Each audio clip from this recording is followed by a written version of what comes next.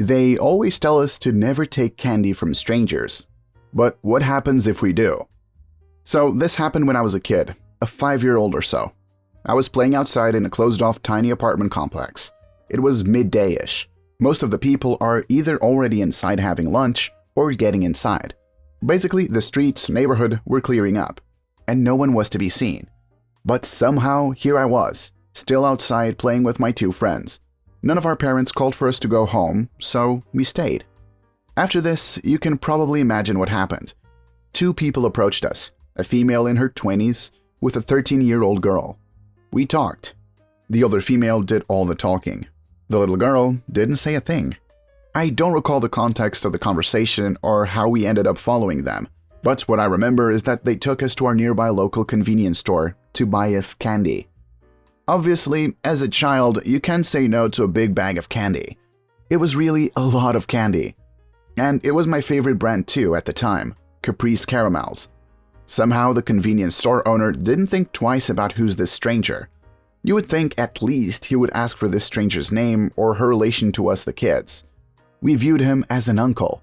He knew everyone from the complex as a convenience store owner should. This store had 2 entrances, one that leads to the apartment's courtyard and the other leads to the outside of the complex. For us kids, we didn't know anything existed outside the complex since we were too young to be allowed to go there without our parents, especially on that side of the complex. But on this day, this woman took us there. There was like a street with a bunch of other complexes across that we never go to. It was like a whole new world. We were so amazed, to be fair. At least I was. So we kept walking and eating the candy with no questions asked, looking around and discovering this new place. We ended up passing by a lot of little complexes like ours. At this point, after passing like 3 complexes, we were considered already lost. After a long walk, we entered one of the buildings. The woman started telling us a story about how she lent a shoe to her friend that won't give it back, and she needed our help to convince her to get it. We obviously, as kids with pure hearts, we wanted to help this poor woman, so we agreed. She told us that her friend lives on the top floor, and we had to take the stairs to get to her, as she also said that the friend is a thief and will take all our valuable things. And who would have guessed? One of us was wearing really heavy gold earrings. So she took off the earrings from the kid, and the 3 of us proceeded to go upstairs. We knocked. A woman got out, asked us what we wanted. We told her. She obviously didn't know what's this all about.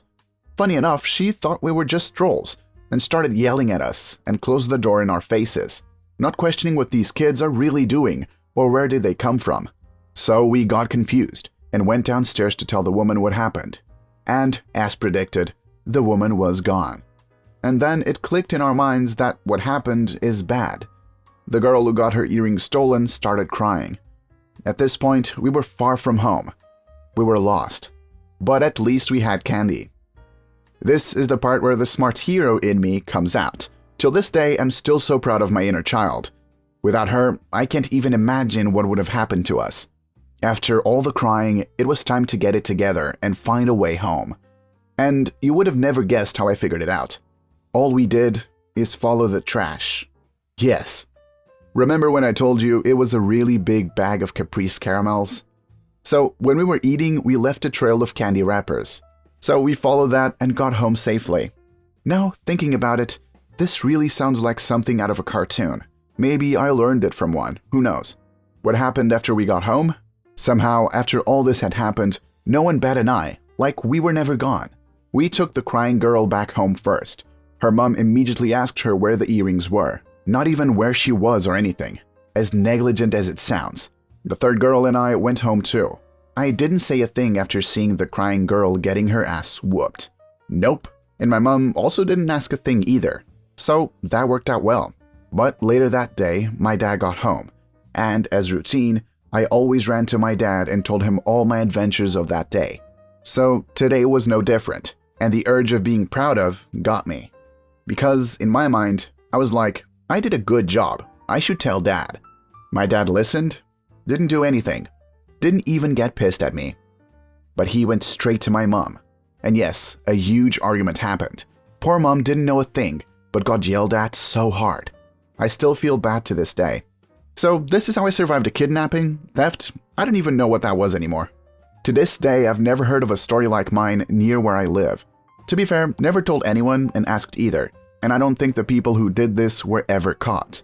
The moral of the story, as cliché as it sounds, don't take candy from strangers. Maybe when you'll tell this phrase to a kid in the future, you can add this story to it. Maybe not. Thank goodness that's all you lost. I met my pen pal a year ago, at a protest. It rained. We happened to stand under the same tarp for shelter and started talking. Didn't stop even though it got late, dark and cold. We promised each other to meet again the next day, and did. We walked away from the protest, snuck into a park, and read poetry to each other. It was strangely beautiful, and we promised to meet again the next day. We did, spending the whole afternoon by the river. We ate a cucumber I'd stolen from the protest, and he accidentally stole my pocket knife while cutting it. Karma, I guess. He had to go back to his hometown that day, but promised to write. Since then, we've been pen pals. Although we wrote rather sporadically, we still said a lot to each other. We both felt like writing letters was a good way to open up and express things, even though it was sometimes more for the sake of writing than for the sake of entertaining the reader. Finding a letter in my mailbox filled me with glee nevertheless.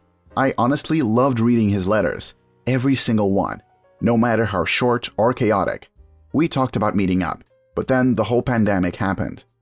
I spent my birthday in lockdown and wrote 2 letters to him. He answered with a very long, emotional letter, talking about how part of the fun of snail mail is that you never really know who the other person is, and you can say anything without having to say it to someone's face. He told me he loved this, and then he wrote that he loved me, and maybe we should meet up and travel after all. My head and heart hurt for a week, because I know that I love him, not just because I can write to him, but because of what he writes to me and my sense of who he is. I understand how meeting after all these letters could be awkward, but I'd still do it. My bigger concern is that he has a serious girlfriend, and I don't want to cause any trouble with that. I replied, taking my time, but not enough time. I should have thought about it some more. It ended up being chaotic. I asked him about the relationship situation, but made very clear I don't judge but adore him. Even it's just a paper love and we're in some sort of affair. No reply for 2 months. I sent a cautious, apologetic follow-up. Just 6 pages, just talking about what had gone on in my life during that time, as I'd gone through some heavy stuff that had probably influenced the tone of my last letter. I said I hoped he'd still have something to tell me, anything. Still, no reply. It's been another 3 weeks. I think about him every day. I don't care if we're in love or we'll never ever meet. I just miss my pen pal. I miss his awkward handwriting and his beautifully pathetic words. I miss having someone to write to, someone listening out there when I can't get out of bed or talk to someone. I never meant to scare anyone or cause trouble, and I hope he's just taking his time. If you're reading this right now, keine Antwort ist keine Antwort. I can't take cues. I'll wait forever, so please say something. If anything's wrong, just say it. If you need time, just say that. If you don't know what to say anymore, just say that. I'd run to Lapland with you anytime, but it's totally okay if you change your mind. I can take it. I love you. This is so beautiful. I hope with all my heart that he writes back.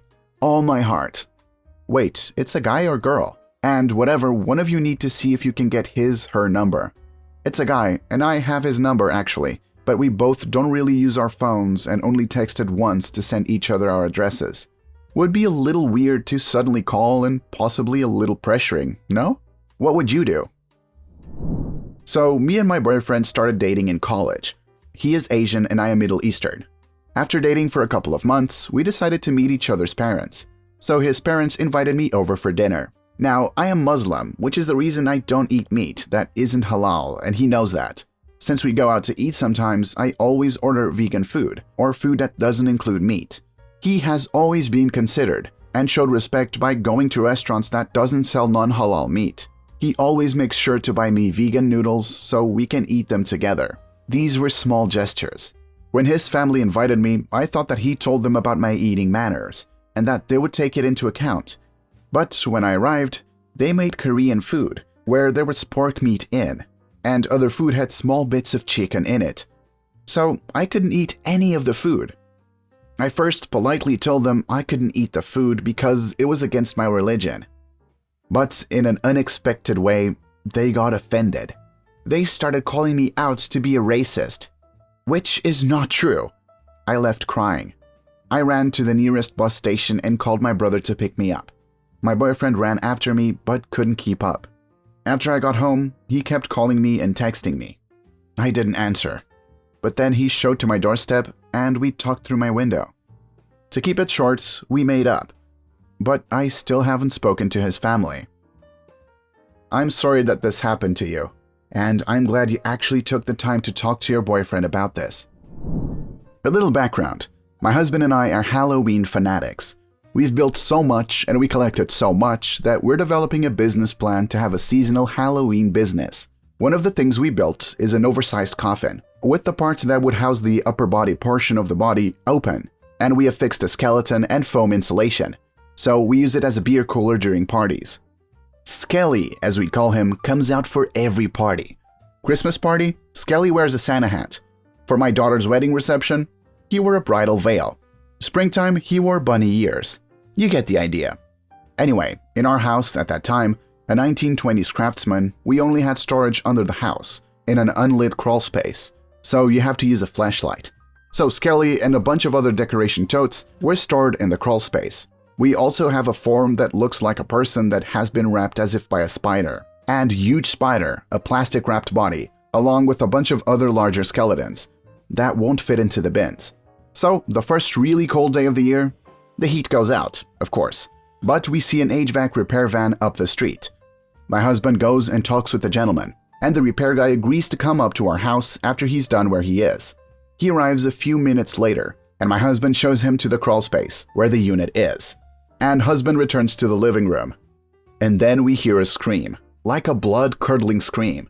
At the same time, we both say, "Skelly!" and run down to the crawl space, where this poor sap is on his backside, his eyes as big as saucers. We had forgotten about Skelly, and the poor guy saw Skelly and some other of our stuff. He must have thought we were serial killers for a second.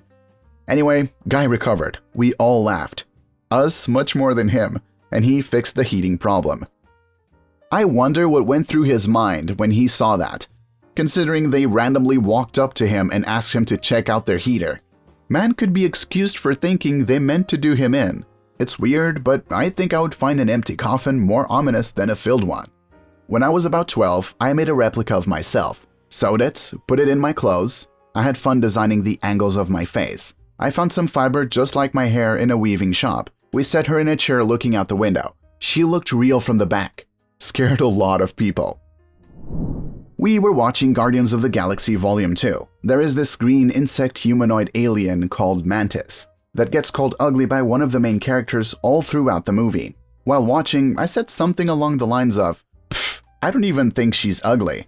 I actually find her damn sexy." My girlfriend chuckled and didn't react any further. I didn't think for a second that this was a stupid thing to say. After all, that's a fictional, alien-like creature in a movie. Well, on the next day, she called me and said she didn't like the comment, and it made her feel weird. We haven't been exclusive for all too long, and she doesn't like me admiring other women like that. I thought that was kinda childish at first, and said, "Okay, I'm sorry about that, but why does this upset you? I mean, she's a fictional character. Even if not, you do know that you are not the only beautiful woman in existence, do you?"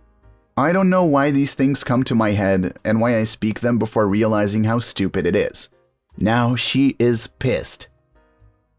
Just talk to her. I don't know what you should say, but this is not a reason to break up with her. Work things out. I think a better way of going about this would have been asking her why she felt weird about it. You seemed to have assumed that she felt jealous, but it could be how you worded it that made her uncomfortable. Tone and context matter in these kinds of situations. Feeling weird can mean a lot of different things, and sometimes it's hard to pinpoint for the person themselves why they feel that way. That's why you need to communicate. I can second this. When I was with my ex, I was very self-conscious and insecure, but I knew that it's literally impossible to not notice other humans. So if she would say something about an attractive person in media or wherever, I would do my best to just not focus on it. The one time that actually upset me was when we were at a beach. My ex was by, and she sees this beautiful girl as we're walking. She later says, "Oh my god, that girl was perfect, so hot." She had never described me as perfect, so it hurt my feelings, and I talked to her about it. She eventually saw why I was upset, and we never had that issue again.